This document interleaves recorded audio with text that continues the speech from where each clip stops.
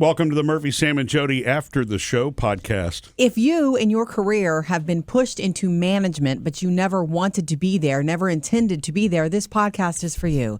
Not talking about you, Murphy. I know you were born with a management handbook. Actually, what's funny about that is I really wasn't. I had to learn it. I had a desire to learn that. I don't know why. Which makes you a natural manager. You know, yes, you have learned a lot. And you always continue to learn, but you're very naturally good at it. Yeah, you're a natural leader. So it's both. That's one reason you're good is because you got both going on: the knowledge seeking and the natural. Well, I also have two things that were really early on. You know, people who inspired me that I thought, oh my God, this person's great at what she or he does. But the people who were not great or mean or whatever, I actually learned possibly more from them of course. Than the other about how not to do things. Of course. And so my personal vow was the path that I want to be on is if I ever get in that role to not be that way. Great. Yeah. I bring it up because a dear friend of mine, a friend of ours, has been promoted into management at her company. And she never wanted to manage people. We were having dinner the other night. And for anybody listening, if you've been with us a long time, it's former producer Emily. And so congrats, Emily, for being not nominated, promoted into management where she's working. She works in tech now at a tech company. I think she runs teams. And she probably doesn't realize that she's a natural leader. She is because she possesses these unbelievable organizational skills. And she's got this amazing vision of how to lay things out. And so if you've kind of got that groundwork and you can get the coaching part down, that's a home run for her. We talked about it at dinner the other night. We got together and did our girlfriend stuff and made our plans for football season. And, you know, just she and I we see each other. We try to see each other every few months, something like that, at least once a quarter. I say that. But anyway, I want to say if you are in that spot, if you are, you know, accepting a management position because this is your career and you were asked to do it, sometimes you get in that spot where you can't really turn it down, right? You know, you either step up or they're going to find somebody else to step up. And so I've kind of felt like she's got a couple of things already that she's doing right. So if you're in that position, number one, admitting and being honest with yourself. She even said, I don't really feel like I want to manage people.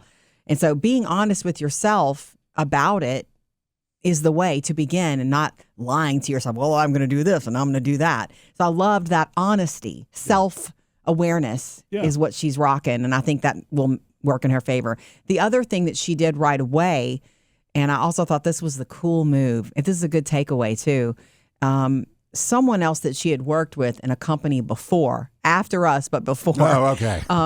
Sorry, Sam. Okay.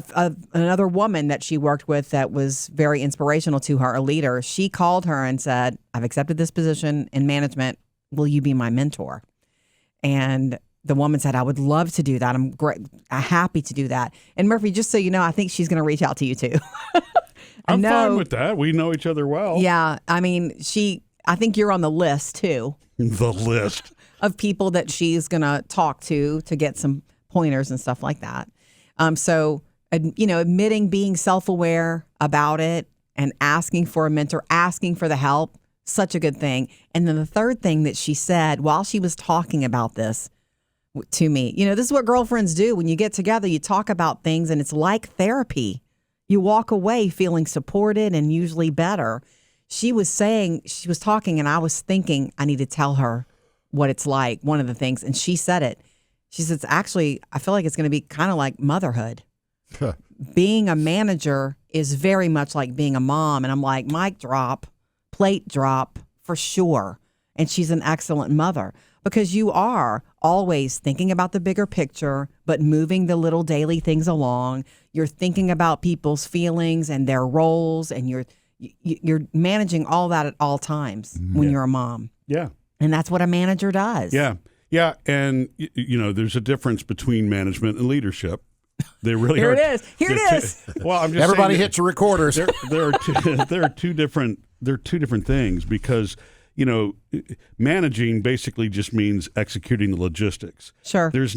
Vision isn't involved in management. Vision is involved in leadership. Oh God, that's it, Murphy. Right. And so, and there's nothing wrong with people not wanting to be managers. Yes. Yeah. Because you have to commit a little bit more of yourself. You have to be willing to set things aside that you disagree with or whatever to look at the bigger picture, and you have to be patient. You have to realize not everybody's got the same skill set and that's okay. Yeah. And, and then sometimes you've got to make the really tough decisions. If somebody can't come along and they're, bringing the rest of the crew down or a cancer or whatever. I mean, you have a full spectrum of things that make people uncomfortable with wanting to go into that. Yeah. Me, I guess I've always been the kind of person that loves being in that kind of role. Because I love people. And because I love people, right? The social aspect of it to me is probably the part that keeps me, motivated. Right. And I've learned a lot over the years by doing also. But she will, yes, being a mom and the logistics and all that stuff we talked before she was a mom. She was a mom. Right, exactly. I told her that when she was pregnant. Right. I'm like, you're already a mom. Right. You just don't have the baby yet. Right. Yeah, she mommed us in She here. mommed us for Right. sure. Yeah. So, the thing is, for somebody that really does want to grow that, if you can get through that discomfort part, and sometimes it's because it takes a little bit of I guess it's confidence, but it's also just a willingness to try to bring somebody along. And you can do that in a way that's not demanding, that's not egotistical. Yeah. The goal is you lead by example. So if you begin to set that example, you do those things yourself, and you're really coaching and encouraging and rewarding and then course correcting people when you need to, all of those things will start to eventually turn you into a great leader if it's what you want. So good, Murphy. I know she listens to these podcasts. So She does sometimes Does she still listen. need to call Murphy? Or Probably is that not. good enough? Probably not. Anyway, I just loved having that discussion with her, and I thought anybody could learn from this because there are a lot of people who probably, she wants to grow in her company. This is her career now. She wants to grow, and she certainly deserves it because she's so buttoned up. I've always told her you could run a city, you could run a small country, but she can logistically do that for sure.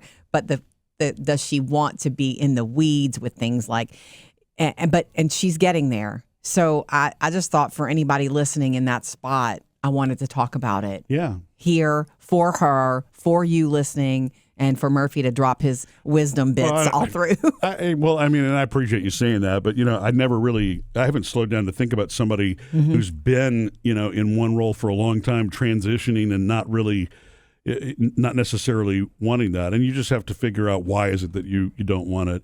It's really natural to kind of have a little confidence question to go, well, why would people follow me? Why would, are people going to listen to me? I don't want that. I don't want to be judged. We had that conversation that it's not about telling people what to do. Correct. It's about exactly. leading them. Right. And you do have to have a certain amount of, you do care about what people think. Absolutely. But you have to separate that from doing the right thing, the bigger picture. Your role as a leader is to do is to do the greater good. You really do have to be the big picture person. Yes. It's the combination of, this wonderful team that you've got where the company is going, and is all of that going in the right direction. Right. And if you can stay focused on all of those things, I think little by little, your confidence builds as you hold a meeting that has a great outcome, or that you follow up on some goals that were set and you see that things are going in the right direction, or that things aren't, and that you have a productive meeting with somebody that puts them back on track. It's the little victories. It's kind of like what you say with keep the wow, Jodi. You start Celebrate to move those things forward. Remember them. Right. You're right, Sam. I don't think she'll need to call Murphy now. Anyway, congrats on your promotion. Yeah. Our lovely Emily. Well, and anybody else who is facing that same situation, I hope that helps. I certainly don't have all the answers. Look, I hope I never get promoted to management. Subscribe to the Murphy, Sam, and Jodi podcast. Free and easy.